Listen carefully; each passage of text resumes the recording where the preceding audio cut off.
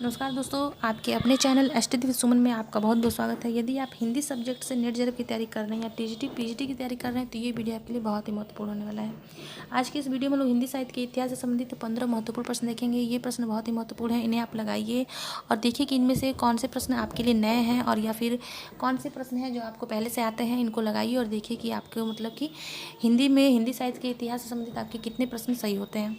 और आपको बता दें कि हिंदी साहित्य के इतिहास से अक्सर प्रश्न मतलब परीक्षा में बनते हैं, तो इसे बिल्कुल अनदेखा ना करें। इसके पहले भी मैं हिंदी साहित्य से संबंधित एक और वीडियो बना चुकी हूँ जिसमें मैंने 15 बहुत ही महत्वपूर्ण प्रश्नों को लिया हुआ है, उसे आप देख सकते हैं। उसका लिंक मैं डिस्क्रिप्शन बॉक्स में दे दूँगी, वहाँ से जाके आप लोग उसे आसानी से देख सकते हैं। चलिए हम लोग आज का प्रश्न मतलब आज की जो 15 प्रश्न उन्हें देख लेते हैं। चलिए हम लोग वीडियो शुरू करते हैं। आज की वीडियो में सबसे पहला प्रश्न है, हिंदी साहित्य के इतिहास ग्रंथ की परंपरा में काल विभाजन का सर्वप्रथम प्रयास किया था, मतलब किसने किया था। ऑप्शन ए है Mishra Bandhu, option B Acharya Ramchandra Shukla, option C George Grierson या ऑप्शन डी शिव सिंह सेंगर। इसका सही जवाब है ऑप्शन सी जॉर्ज ग्रियर्सन, मतलब कि जॉर्ज ग्रियर्सन ने ही हिंदी साहित्य के इतिहास ग्रंथ की परंपरा में काल विभाजन का सर्वप्रथम प्रयास किया था। मतलब कि ऐसे प्रश्न बन चुका है, आने वाली परीक्षाओं में भी बन सकता है। चलिए हम लोग दूसरे प्रश्न की तरफ चलते हैं। दूसरा प्रश्न है दोस्तों कि हिंदी साहित्य के इतिहास ग्रंथों और उनके लेखकों के संबंध में निम्नलिखित में से कौन सा एक सुमेलित नहीं है। ऑप्शन ए है रीति काव्य की भूमिका, यानी कि ये ग्रंथ है मतलब कि इसमें ग्रंथ और उनके रचनाकारों को दिया हुआ है, इसमें से देखना है ये कौन सा मतलब करेक्ट नहीं है, गलत है। जैसे कि रीति काव्य की भूमिका डॉक्टर नगेंद्र, ये तो बिल्कुल सही है। और दूसरा देखते हैं हिंदी काव्य संग्रह, ये पंडित महेश्वर दत्त शुक्ल द्वारा लिखा हुआ है, ये भी बिल्कुल सही है। हिंदी भाषा एवं साहित्य बाबू श्याम सुंदर दास जी ने इसे लिखा हुआ है। फिर तीसरे नंबर लास्ट नंबर पे है, मतलब डी नंबर पे है कि हिंदी साहित्य एवं संवेदना का विकास, ये हजारी प्रसाद द्विवेदी जी की ये मतलब ये रचना नहीं है, इन्होंने इसको नहीं लिखा हुआ है। इसके जो रचनाकार हैं वो डॉक्टर राम स्वरूप चतुर्वेदी हैं। मतलब कि हम लोग का इस प्रश्न का जो आंसर होगा वो ऑप्शन डी होगा, क्योंकि हिंदी साहित्य एवं संवेदना का विकास ये हजारी प्रसाद द्विवेदी द्वारा लिखा हुआ इतिहास ग्रंथ नहीं है। अगला प्रश्न देख लेते हैं। अगला प्रश्न है, डॉक्टर गणपति चंद्र ने प्रारंभिक एवं मध्यकाल के अंतर्गत किस प्रकार के काव्य की रचनाओं को स्वीकार किया है। ऑप्शन ए धर्माश्रित काव्य, ऑप्शन बी लोकाश्रित काव्य, ऑप्शन सी राज्याश्रित काव्य या ऑप्शन डी यह सभी। इसका सही आंसर है ऑप्शन डी यह सभी, मतलब कि डॉक्टर गणपति चंद्र जी ने धर्माश्रित, लोकाश्रित एवं राजाश्रित सभी काव्य मतलब कि काव्यों को स्वीकार किया है। चलिए हम लोग अगले प्रश्न की तरफ चलते हैं।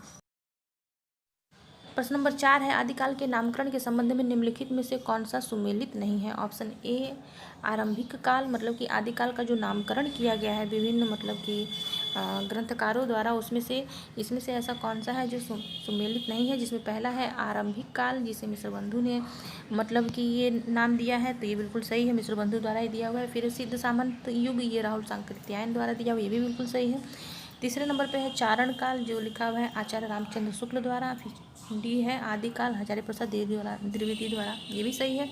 लेकिन आप लोग देख सकते हैं कि ऑप्शन सी में जो लिखा हुआ है चारण काल, ये आचार्य रामचंद्र शुक्ल द्वारा नहीं दिया हुआ है, ये ग्रियर्सन द्वारा दिया हुआ नाम है। मतलब आदिकाल का डॉक्टर ग्रियर्सन ने चारण काल नाम दिया हुआ था। चलिए अब हम लोग अगले प्रश्न की तरफ चलते हैं।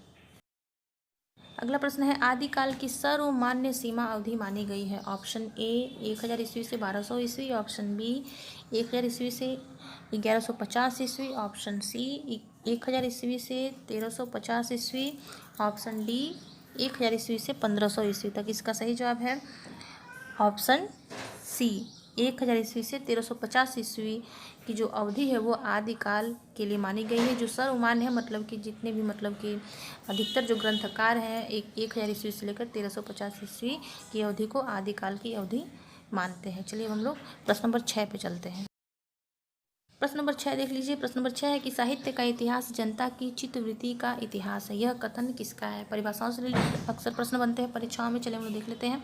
ऑप्शन ए है doctor Ram Kumar Verma, option B Acharya Ramchandra Shukla, option C Hazari Prasad Dwivedi या ऑप्शन डी महावीर प्रसाद द्विवेदी। इसका सही जवाब है ऑप्शन बी आचार्य रामचंद्र शुक्ल, मतलब कि रामचंद्र शुक्ल जी ने ही ये परिभाषा दी है कि साहित्य का इतिहास जनता की चित्तवृत्ति का इतिहास है।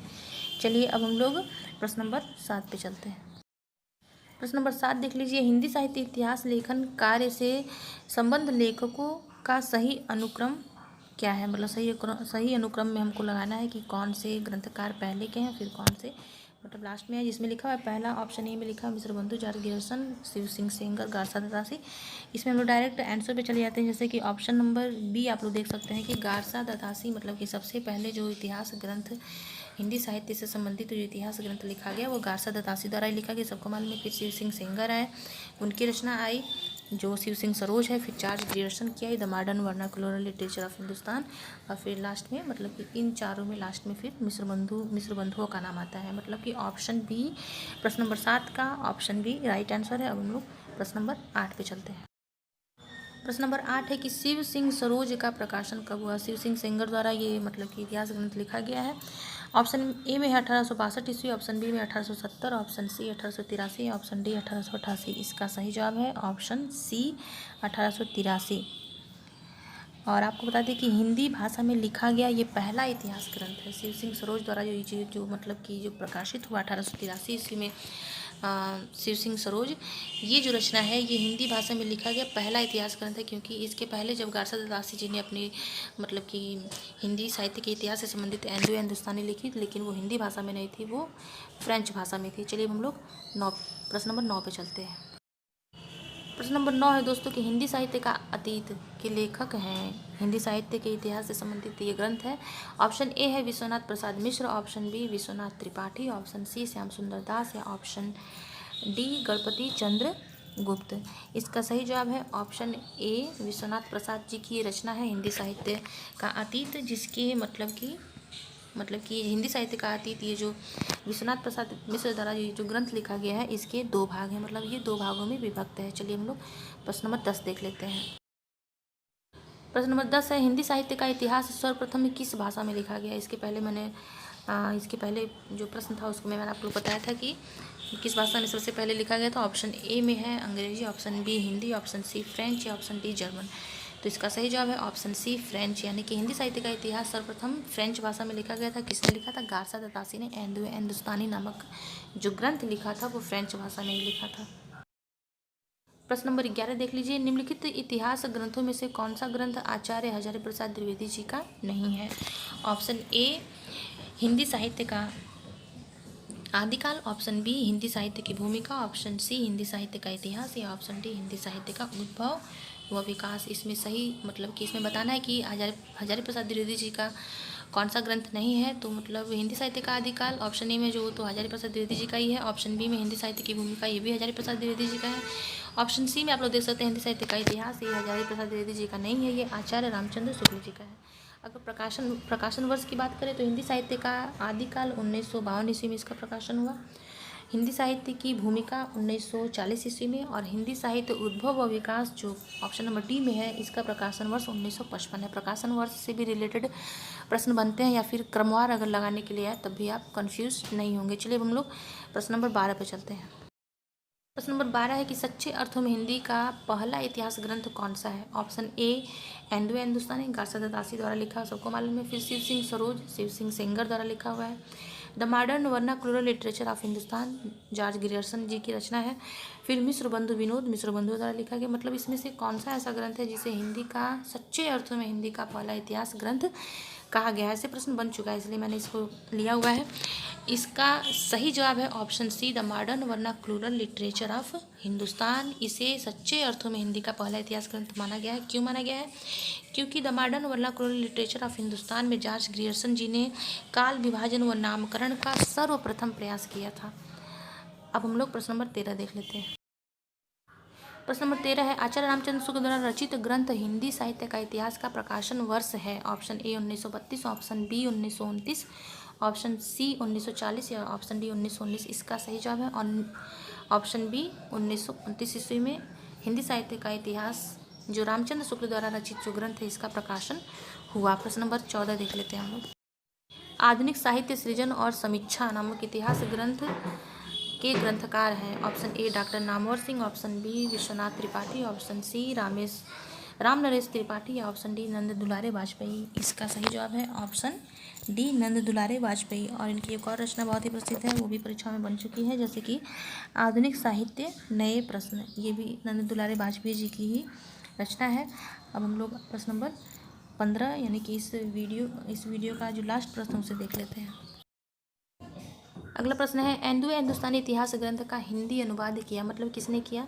एंडो हिंदुस्तानी सबको मालूम है कि गारसा दत्तासी द्वारा रचित ये ग्रंथ है, जिसको इन्होंने फ्रेंच, यानी कि गारसा दत्तासी जी ने एंडो हिंदुस्तानी को फ्रेंच भाषा में लिखा था। फिर इसका हिंदी अनुवाद किया गया, किसके द्वारा किया गया यही बताना है।